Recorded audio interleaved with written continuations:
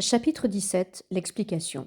Monsieur Ferrière, égal à lui-même, avait été d'une totale efficacité. Il avait trouvé un professeur de français pour le mercredi de 14 à 16 heures et une étudiante en maths sup pour le samedi de 15 à 17 heures. Ayant tout réglé, il s'aperçut qu'il avait oublié d'avertir l'intéressé. Fin psychologue, Monsieur Ferrière supposa que Louis allait se rebeller à cause de la suppression du club de tennis. Mais l'idée d'un bras de fer avec son fils n'était pas pour lui déplaire. Ayant dû opérer tout le samedi matin, Monsieur Ferrière fit un saut chez lui dans l'après-midi, pensant y trouver Louis. Ah non, il est au cinéma, mentit Madame Ferrière. Tu ne crois pas qu'il a mieux à faire grommela son mari. Contrarié de devoir reporter son explication, il entra tout de même dans la chambre de Louis pour y déposer le dossier d'inscription à cours études secours. Il n'entrait jamais dans cette chambre.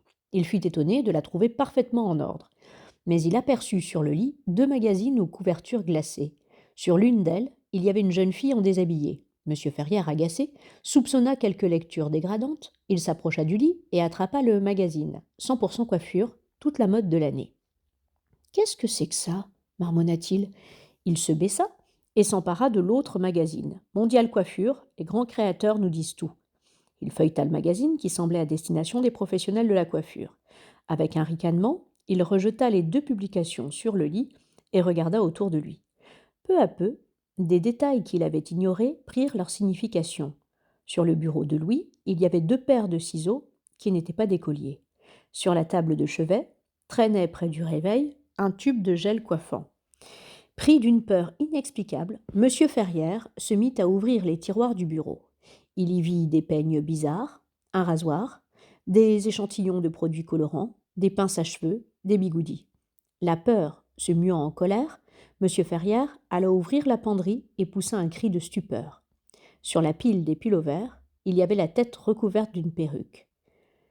D'autres perruques étaient entassées par-dessus les t-shirts. Un craquement fit se retourner Monsieur Ferrière. Tu regardes les affaires de Louis fit une petite voix. Monsieur Ferrière jeta un regard angoissé à sa fille. Tu es au courant? C'est pour quoi faire tout ça? C'est pour son métier de coiffure? Ah, pour son... Sa voix s'étreignit. C'était un complot. Tout le monde complotait dans son dos. Sa femme lui échappait, son fils lui mentait. Qu'est-ce qu'il y a s'inquiéta Floriane. Rien, rien. Monsieur Ferrière lui sourit et referma les portes de la penderie. Moi aussi, je veux faire coiffure. Mais bien sûr, dit son père, en la poussant vers la sortie. D'ailleurs, tout le monde veut faire coiffure ici. Ta mère, moi. Ah bon s'étonna Floriane. Va dans ta chambre, lui cria son père, en approchant d'elle son visage enflammé par la colère. Lui se précipita dans la sienne et resta un moment paralysé par ce qu'il ressentait. Cette rage incroyable, cette envie de tout casser. Il s'était construit seul. Il venait de loin, il était orphelin, il avait réussi à force de sacrifices, il avait voulu le meilleur pour sa famille, et les siens le trahissaient, il se cachait de lui. De qui était-ce la faute? Il se raccrocha à un nom. Fifi. Cette fille avait perverti son gosse. Maïté Coiffure, murmura Monsieur Ferrière. Il venait de retrouver le nom du salon de coiffure où Louis avait fait son stage. Il ouvrit sa penderie, fouilla les poches de ses vestons et retrouva le prospectus 10% de remise sur présentation de second, rue de la Serche. Il irait là-bas, il dirait à cette fifille de laisser son fils. Ah, tu es là, je te cherchais. C'était sa femme. Il mit le prospectus en boule dans le fond de sa poche de pantalon. Ça ne va pas? Madame Ferrière lisait quelque chose d'étrange dans le regard de l'homme en face d'elle. On vient de m'appeler, sur mon portable, on a besoin de moi. Madame Ferrière eut un soupir compatissant.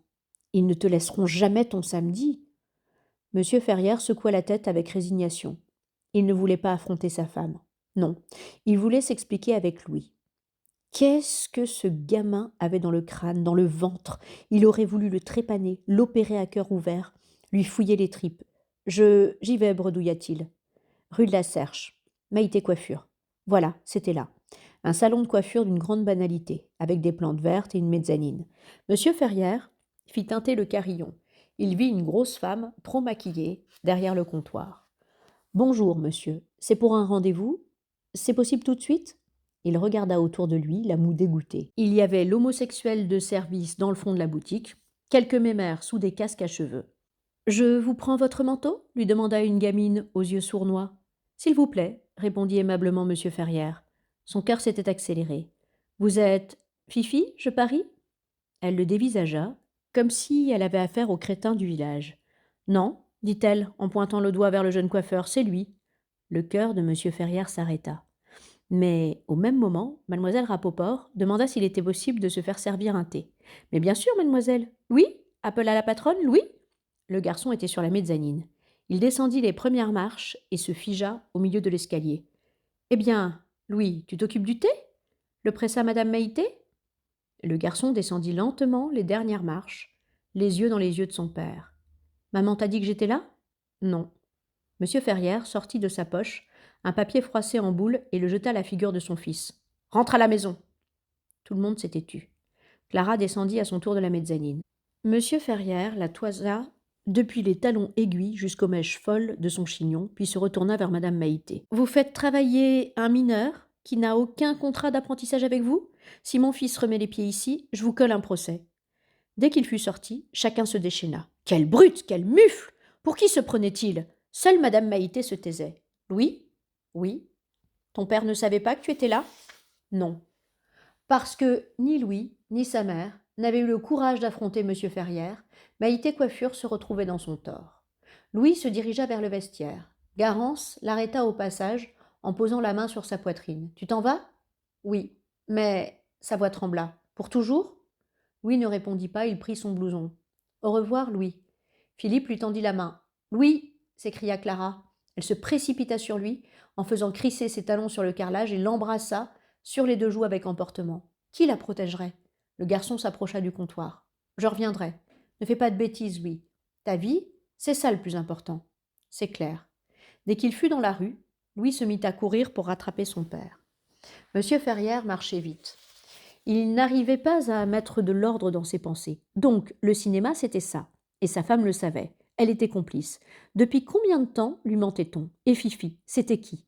Louis ne pouvait tout de même pas... Monsieur Ferrières était incapable d'aller au bout de ses suppositions. « Papa ?»